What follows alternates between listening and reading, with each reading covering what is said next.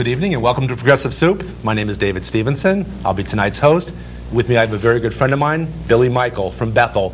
We're going to talk about divergent points of view, and we're going to look for common ground within those points of view. Billy, as I understand, would be fairly accurately described as being a libertarian. What's your background, Billy? I understand you've been a libertarian since about 1988. Where were you before 1988, politically or socially or where were you? As most of us baby boomers in the music business, I've been a guitar player my whole life. Very much in the hippie mode, going through the 60s with all the music. In 6th grade, I was singing "How Many Roads Must a Man Walk Down Before They Call Him," with Mary Travers, all that kind of, all that sensibility, all that kind of a sentiment that would try to make it a fairer, better world, a gentler, kinder world, all of that, and environment. You know, I would have considered myself one of those people. I never have a car. I used to walk. I remember my college years going to a real Henry David Thoreau, Ralph Waldo Emerson kind of a lifestyle. Never being in a car. I used to use the Hart bus. Isn't that funny? Very commendable. I used the Hart bus. Very commendable. I'm glad to hear Aren't you that. glad? I used to walk and use the bus. And, of course, as life went on, and I established myself as a married man and a property owner in our town, of Bethel, of course, my views changed as they went, as property ownership, adulthood, fatherhood, being a husband, all that settled in. I found myself becoming more conservative, and then when I really walked into political life, the reading, I found myself with Ron Paul in 1986 and 87, and I became a libertarian, mainly due to a group called Connecticut. There was a group, I can't think of the acronym, but there was a discussion group here in Danbury that is long since dissolved. But John, it doesn't matter who was in it. But that's I found myself with, and these guys were all. I was 30-year-old, and these guys were all in their. They must have been in their late 50s and 60s. You would mention that because some of the people that you know now, one gentleman in Ridgefield who's in his 80s now, that you have that strong gravitational pull too. So now you evolved into a libertarian, and I have a lot of friends that are libertarians. I had a young man on my show about a month ago who is friends with my son, considers himself a libertarian, very much a very high affinity for Ron Paul. And we talked about libertarianism to the extent that Kyle had been immersed in it. And he was lightly into it at that point. I'm sure he's a little bit more into it now. But now seems like there's at least some common denominator between progressivism. People call me liberal, people call me progressive. Similarities. But there's certainly some similarities between libertarians and progressives. And let me put this thought to you and let you comment on that. Progressives, or liberals if you will, believe in efficient government. We believe the government can do great things. It can accomplish a lot of things that individuals cannot accomplish in smaller groups. So we believe in efficient government, not bloated government, but efficient government. And libertarians believe in smaller government. So it's efficient government versus smaller government. And I'm not sure if there's really a huge divergence of thinking there. Would you want to comment on that? Well, do you think if the opposite of progressives would be considered conservatives or regressives, do regressives believe in inefficient government?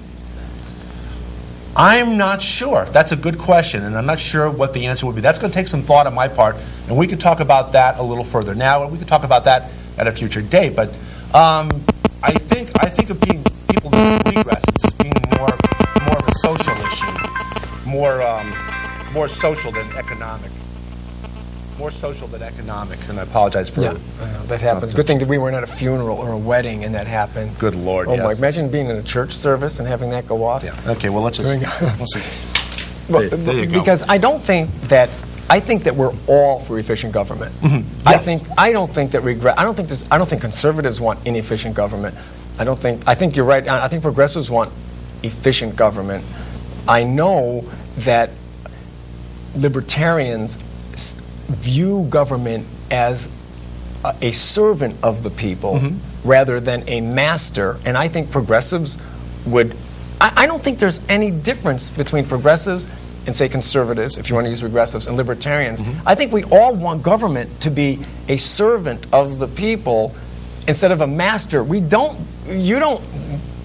I know you... I mean, we disagree on a lot of stuff, but I've never thought you to be someone who espouses government being the master of the people. No, or government being big for the sake of being big. That's the furthest thing, I think, from anyone's mind. I think all of us as Americans, if we were asked that question, and poll questions can be asked a lot of different ways in order to look for certain answers. But I think honest questions that get honest answers, everybody that would be asked, are you for more efficient government? Everybody would say, yeah. And a follow-up, if more efficient government included, amongst other things, smaller government, more economically, lower cost government, undoubtedly, every one of us would say, yeah, that's absolutely. We're not sure exactly how to get there. We all have different routes to get there, but it seems to be that's the end point for all of us. Now, I want to just divulge back before I threw my cell phone away. You talked about progressive and regressive, and that's why I call myself a progressive, because I believe that we have that the future holds great things for us. We've seen some marvelous things happen. We've seen, in the United States particularly, we've seen slavery ended. We've seen, I believe, Social Security is a good plan, a safety net for individuals. But I look to the 21st century.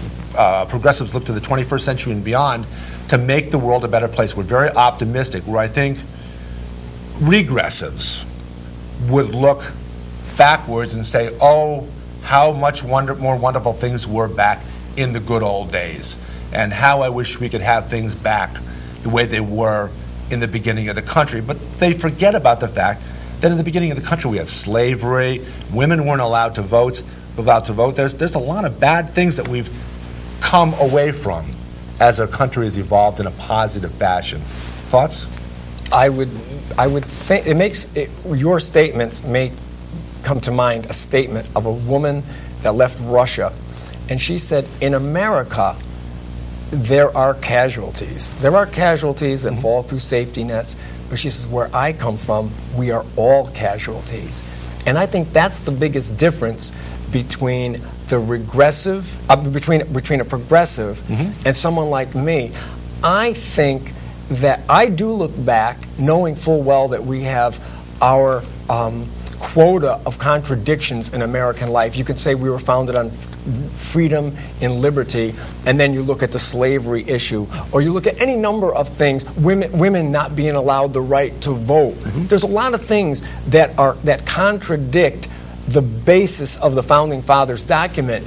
But I think even with those contradictions, it was still the freest country, a constitution that was based the greatest emphasis on individual freedom and liberty.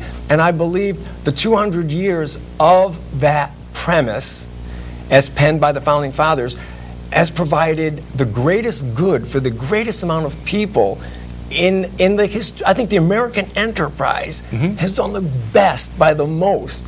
And what I think the people that, when you say, are looking back versus your forward-looking look as a progressive, is that they think that we're giving up, the progressive dream gives up too much of the human freedom and liberty that allowed people to run their lives in a way to become property owners, to own businesses, to fulfill their dreams and flourish both personally, emotionally, and economically. I think that's where we are divergent.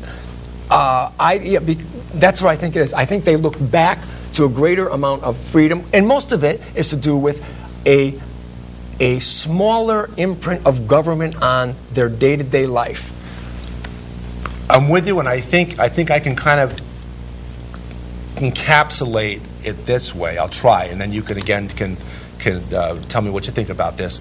But I think that sometimes progressives forget about some of the goods that have been throughout our history, some of the good points, some of the good concepts throughout our history. And I think libertarians sometimes forget about some of the bads that have been throughout our history. But there's a balance, I think, that we all can certainly agree on. You know, take a look at the good, reasonable look at the good in our history, and reasonable good, and to take the things that we all find to be somewhat a little bit objectionable at least, and move beyond that. But at the same time, try to maintain all those positive things. So there's a balancing act to be had here, and I guess that's why we're on this show. Is that you and I have always been very comfortable talking to one another, and we're always looking for those common grounds rather than getting caught up in buzzwords and phraseology that causes one person to, when they hear that phrase from somebody that they might disagree with, to turn them off. And that's what does us all in. That's what does harm to all of us.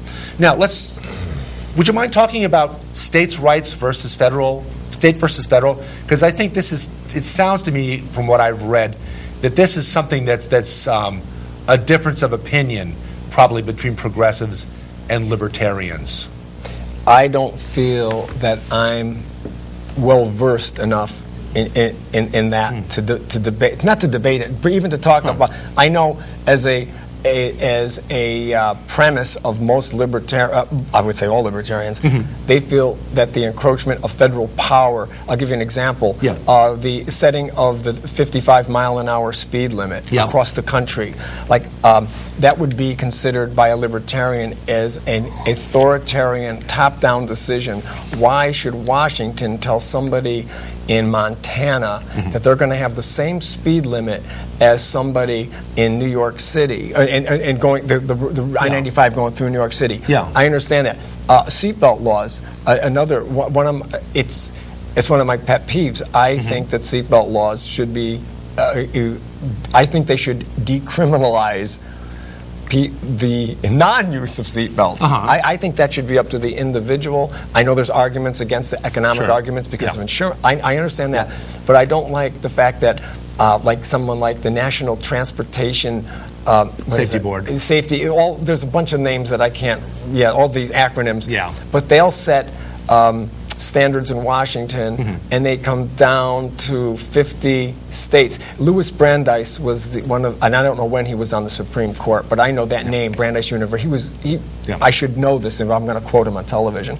But he said the strength in America is not in our uniformity, it's in our diversity, it's in our pluralism. And he said the United States has 50 laboratories of democracy. And what the federal government has done is they federalize everything. So the genius of individuals in those 50 states can never enact themselves through their state legislatures, of which you were going to be one. You were going to be a state legislator. So someone like you can't even exercise your ability to get through problems, to solve problems, because the federal government has already decided for us. Now, these are two teensy instances. The speed limit at 55, which was eventually relinquished because it was so ridiculous. But you still have a standard, I believe, a maximum in any state of 75. Well, I don't mind. I think the state has every right to legislate speed limits. I don't think the federal government, given the Constitution of this country, I don't know where those powers came to the federal government and all the lobbyists that control those legislators to tell us what to do. And I'm going to say, because I'm not articulate in this because I don't know enough, but I do know that those two little things would be examples of of the government getting too big, of the federal. You said states' rights. Yeah. I don't. But I'm very involved in local property rights. Yes. Now, how long have you been in Bethel? Your whole life? Have you been here? Since 1973. All right. So 1973, you come to Bethel. So you were grown up. Yeah. You were in college. And my first wife and I bought a condo in Plumtree Heights, and that was our first home. Now, would you think that so for the last 23 years, from like 1986 was the last time a budget in Bethel passed at a town meeting. Mm-hmm. The rest were all decided on a machine vote, which mm-hmm. was instituted by the Bethel Action Committee. We worked for that. Now, in these 23 years, has there ever been a time when a progressive like you, as a property owner, agreed with a libertarian like me and voted either against the swimming pool, the town golf course, an annual budget, or were you always on the side of the raise the tax or just to grow the? I don't know. Did you ever vote with BAC? No, but let me tell you why. I've always felt like that we have people that donate incredible numbers of hours mm-hmm. on committees, volunteer work on the budget committees, and on volunteer posts with the town, and they give willingly of themselves and get nothing, really nothing in return, except sometimes a little aggravation from people that disagree with them. And my thinking is that if those people have spent all those volunteer hours coming to arrive at a budget, to arrive at what they feel is a reasonable budget, that unless that budget is way out of whack this way or way out of whack that way, I feel obligated to demur to those people and their time spent. And if I don't like what they're doing, my goal should be to take their place and to do what I think is right. But when they go through all these literally hundreds of hours of hard work to arrive at a budget, I feel like in all probability that budget is probably within reasonable limits. Mm-hmm. And I know we've fought battles over budgets that we ended up with a very small reduction in budgets. And you mentioned one time where the budget was defeated too high, and the response from the government was, from our elected officials, was to raise the budget. And I remember that, and I know it didn't make sense to me either back then, that if the townsfolk say, no, too high, then the clear message from the voters is reduce it. Mm-hmm. But we've had budget battles that went on sometimes 6 budgets. That was 1998. We were talking about 98 people at the end of the show that are longtime Bethel residents will remember, because Charlie Steck and John Thiel were selectmen. We were talking about that budget. That was quite an episode in the life of Bethel's budget making process. But so even if you don't think that I don't know how to say this. If you think that the government if government growth is spending is growing at a rate that is out of whack with the growth in personal income or your personal income, mm-hmm. right. you would defer to the people on those volunteers that are acting otherwise mm-hmm. Or counter to your. I don't want to say it's your interest. Maybe it's your interest to keep more of your income at the end of the year or pay lower property taxes, but you would defer to the elected officials. I would defer to them, or I would seek to replace them with myself. Okay. Mm-hmm. But at the same time, I think that, and I'm losing my train of thought a little bit. I may have to come back to that. Let me ask you about. We're talking federal power, state power. Because this is, throughout American history, this has been a mm-hmm. constant battle. And a lot of times that battle is on social issues. We know that we had the federal government stepped in when we had southern states that had laws, Jim Crow laws, that were eventually deemed unconstitutional. And the federal government stepped in, and the states involved, which are principally in the South, principally the original, the Confederate states, fought against the federal government in order to keep these types of laws. This is where I think, in social senses, this is where I think the federal government has the obligation to step in and institute something that's equal across the country. You can't have free states and slave states. You can't have states where women can vote and women can't vote. You can't have states that have very, because I just don't see that as being consistent in terms of what our moral grounds and our moral beliefs are. So we have to find that common ground. Would you think that it would be okay to have states where seatbelt usage was permissive and other states where it is required? Could you go that far? I will say there's certainly a temptation to have states have the right to talk about those types of things. There are no absolutes in seatbelt use, although we know statistically seatbelts, save lives, cut down on insurance costs. There's good in them, but I think there should be some latitude for states to have in terms of things of that nature, things that are not absolutes. They're not social things; they're more economic things, and I can see your point in that. No, I'm just asking. I'm wondering if there is a body of. What about one of the big ones, same-sex marriages? Should that be federalized or should that be state, in your view? That's a good question, and I'm not. Intuitively, I say, because I believe in equality of people, and that the way I explain to my friends and the way I explain to my children when they're growing up, and they're all heterosexual. Not that matters one way or the other, but the way I explained it to them was love is love is love, and whether it's a man and a woman or a man and a man or as long as they're within the same species. Remember, it used to be illegal in a lot of states for blacks to marry whites. I believe as long as there's love involved, you can't legislate. They call it legislating morality, but it goes beyond that. I mean, when people are in love, no government, federal government, state government, or any government should stand in the way of them being in love.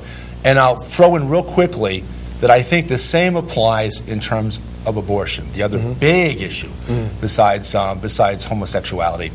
And I tell folks that I'm completely against any government, state, local, federal, any government being able to tell a woman that you cannot have an abortion. And this is sort of libertarian in a sense, and you can say yay or nay to that.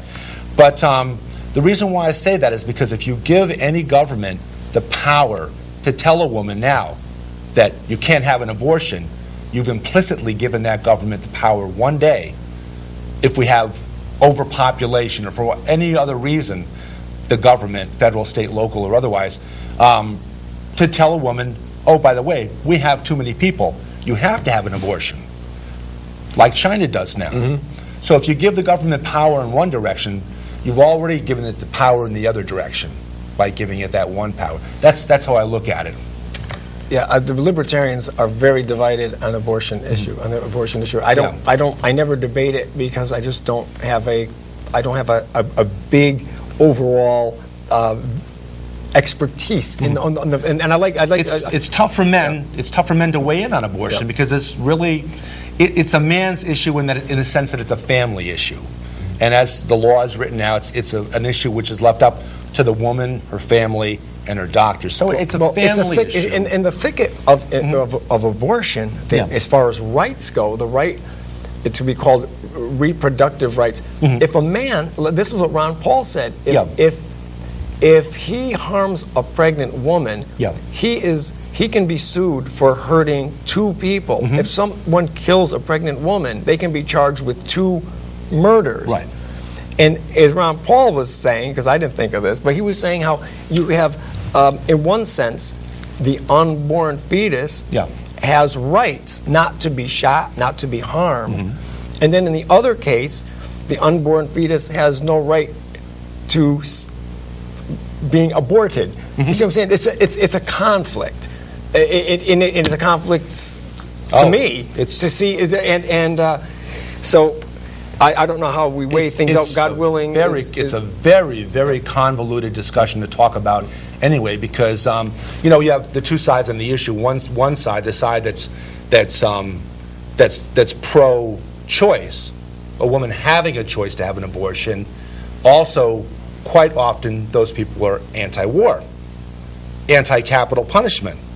So they're and folks that are pro-life will look at that and say there's an inconsistency there. And likewise, people that are pro-choice will find an inconsistency in people that are pro-life and say to them, well, if you're pro-life, how could you be anything but a pacifist? How could you be in favor of capital punishment, killing of people? And so there's a lot of inconsistencies, and it's going to be it's always a tough subject to discuss. The problem with capital punishment is from a libertarian point of view, is a libertarian does not readily give to a group of people the power to do something that an individual can't do. Right. So if taking your life is against the law for me as an individual, me with a group of people taking your life as a committee, as a jury, as a court, is equally reprehensible. And this leads to huge philosophical, spiritual, religious debates. And it's funny we're doing the show because generally I talk about property taxes. Like these are areas that I don't go into. You're well versed in them. I just know I know the depth of what I don't know about these things. What I do know a little bit about is Bethel's property tax battles. Let's talk about that then. Okay, that's time. Let's segue into and again you put forth a thought, and then we can toss it back and forth. Well, the inception of my political activity came in the early 1980s when I saw the public forum, not the public forum, the town meeting was inhabited by the various groups and interest groups that were going to derive the most benefits from that budget. From that, when I got started, it was $19 million. Now it's $60 million. And interestingly, a lot of people will say, Billy Michael or the Bethel Action Committee or Matt Paulson, they want to keep the town like in Flintstonesville in the dark ages. And there hasn't been that. I mean, it really hasn't been that. And if you read anything that comes out of Dr. Chesley's office or the press releases, the schools are, we have the best music program, one of the top 100 in the country, the ROTC, it goes on and on, the accolades. So you can't say that a taxpayer group is active as BAC, and it's successful. We've been very successful in amplifying the voice of resistance to proposed property taxes. You can't say we destroyed the school system. No. And I'll tell you, people don't realize. I know you've seen this. This goes out every so often. And when you look at this was 2008. So this is current. I mean, this is last year. Okay. Bethel's spending per pupil spending was $11,549. Brookfield's comes in at $10,006. We're going to have to break off there. I want you to come back as quickly as possible. Right. Next week we have on Merrick Alpert, who's running in a primary against Chris Dodd next year for the Democratic senatorial campaign. We're going to have Billy Michael back real soon. We've had a wonderful discussion today, and we're going to continue that discussion. I'm David Stevenson, and again, Billy Michael, and this is Progressive Sue. Thank you for joining us. What a great show!